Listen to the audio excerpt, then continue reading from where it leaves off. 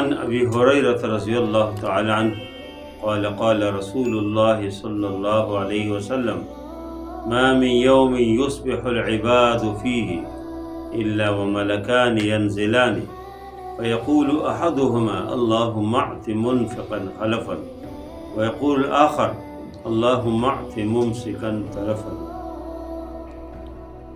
یہ مشہور حدیث ہے. حضرت ابو ہریرہ رضی اللہ تعالیٰ عنہ اس حدیث کی راوی ہے اور یہ امام بخاری رحمہ اللہ نے اپنی کتاب کے اندر سے روایت کو نقل کیا ہے. اس میں یہ فرماتے ہیں کہ ہر روز صبح کے وقت اس روز زمین کے اوپر دو فرشتے تشریف لاتے ہیں. ایک فرشتہ دعا کرتے ہیں کہ اللہم اعط منفقا خلفا، کہ اللہ جو منفق ہے جو آپ کے راستے میں خرچ کرتے ہیں اس کو اور دے دو، اس کو بہترین بدل دے دو، بدلہ دے دو، اس کو اور مال دے دو. اور دوسرا فرشتہ اعلان کرتے ہیں کہ اللہم اعط ممسکا تلفا، کہ اللہ جو ممسک ہے جس نے اپنے ہاتھ روک دیے اس کے مال کو تلف کرو. دیکھو اس حدیث سے انفاق فی سبیل اللہ معلوم ہوتی ہے. اس لیے کہ ظاہر ہے کہ ایک فرشتے کی دعا ہے.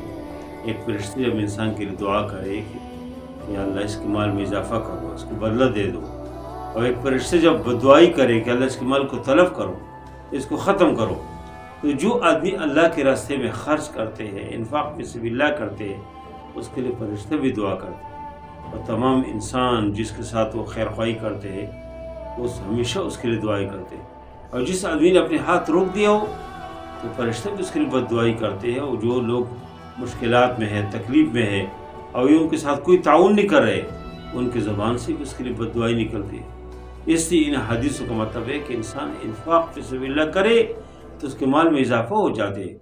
اور اس طرح قرآن میں بھی اللہ تعالیٰ نے فرمایا وما انفقتم من شیء فهو يخلفه، تم جو چیز اللہ کے راستے میں خرچ کرتے ہیں اللہ اس کے بدلے آپ کو دیں گے، اللہ اس کو اور دیں گے. تو صدقات کے نتیجے میں مال میں اضافہ ہو جاتے ہیں، مال میں برکت آ جاتی ہے، مال میں خیر آ جاتی ہے. اور انفاق، صدقات یہ مختلف الفاظ ہیں جو شریعت نے، قرآن نے، احادیث نے استعمال کیا. صحابہ کرام رضوان اللہ تعالیٰ علیہم اجمعین جب نبی کریم صلی اللہ علیہ وسلم کوئی حکم فرماتے تھے، کسی چیز کی فضیلت بیان فرماتے تھے تو فوراً اس پر عمل کرتے.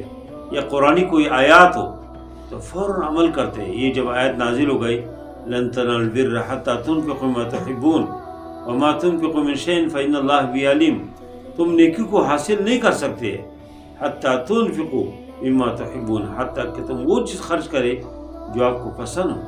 تو صحابہ کو مثال ہے کہ ایک باغ ہے، بہترین باغ ہے، اس کے اندر اس کی رہائش ہے، بچے ہیں، اور وہ اللہ کے راستے موقف کرتے ہیں. اپنے بچوں سے کہتے ہیں کہ باغ سے نکل آئے. اس لیے کہ جب یہ حدیث و آیات آدمی سنتے ہیں یہ تو عمل کے لیے ہے. اس لیے انفاق فی سبیل اللہ. پھر بعض حالات میں خاص کر جب ضرورت ہو، لوگ مشکلات میں ہو، لوگ تکالیف میں ہو، مہنگائی، اب دیکھو اس کو جو مہنگائی ہے ہر آدمی تقریباً پریشان ہے. تو ان حالات میں اللہ نے جس کو مال دیے، اللہ نے جس کو صاحب ثروت بنایا، اللہ نے اس کے اوپر احسان کیا، ان کو چاہے کہ لوگوں کے ساتھ احسانات کرے، صدقات کرے، انفاق فی سبیل اللہ کرے. زکوٰۃ تو دینا ہی چاہیے، زکوٰۃ تو فرض ہے. زکوٰۃ اگر کوئی نہیں دیتے تو بڑی بدبختی ہے. تو نحوست کی بات ہے کہ زکوٰۃ جو ایک میل کچیل ہے اس کو اپنے پاس رکھتے ہیں اسی مال کے اندر، وہ تو بڑی جو ہے خراب بات ہے. لیکن اس سے مراد ہے کہ انسان انفاق کرے جب ضرورت ہو. عثمان غنی رضی اللہ عنہ کی مثال یہ ہے، اور اس طرح عبد الرحمن بن عوف کی مثال ہے. کتنے صدقات کیے انہوں نے، اللہ نے کتنے اس کو نوازا.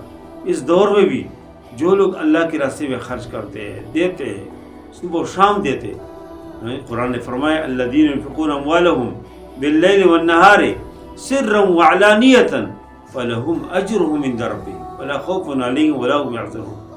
جو لوگ خرچ کرتے ہیں، انفاق کرتے ہیں باللیل والنہار، رات میں بھی خرچ کرتے ہیں، دن میں ہر وقت، اور خفیہ بھی خرچ کرتے ہیں، سرا وعلانیۃ، اور ظاہراً بھی خرچ کرتے ہیں، اس کے لیے اجر ہے. اور فرمایا کہ اس کے اوپر کوئی خوف نہیں ہوگا. شیطان انسان کو ڈراتے ہیں، الشیطان یعدکم الفقر، شیطان کہتے ہیں کہ ڈر، وہ آپ صدقات کریں گے تو آپ غریب ہو جاؤ گے، فقیر ہو جاؤ گے. اللہ تعالیٰ کی بہت اس کی دربار ہے. انسان جتنے اللہ کے راستے میں دیتے ہیں اللہ تعالیٰ اس کو اور دیتے ہیں اور دیتے ہیں. اس لیے جو صاحب ثروت لوگ ہیں میں ان سے درخواست کرتا ہوں کہ آج کل جو مہنگائی ہے اس میں اپنے پڑوس میں اپنے گرد میں لوگوں کو تلاش کریں. کچھ لوگ مانگنے والے ہوتے ہیں وہ بھی مستحق اگر ہے اس کو بھی دینا چاہیے، لیکن کچھ اس لوگ اس طرح ہے کہ جو مانگنے والے نہیں ہوتے، اس کے مانگنے کی عادت نہیں ہے، ان کو اب تلاش کرو.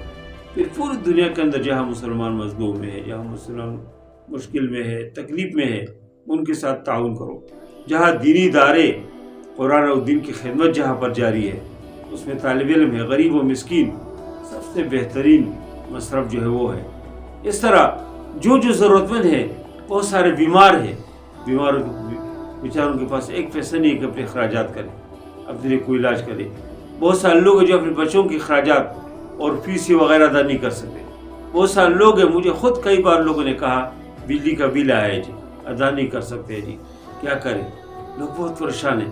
اس لیے اللہ تعالیٰ نے جس کے اوپر احسان کیا ہے وہ لوگوں کے اوپر احسان کرے. وَأَحْسِنْ كَمَا أَحْسَنَ اللَّهُ إِلَيْكَ. اللہ نے آپ کے ساتھ احسان کیا تو لوگوں کے ساتھ احسانات کرو، اللہ اس کے بہت بہترین اجر دیں گے.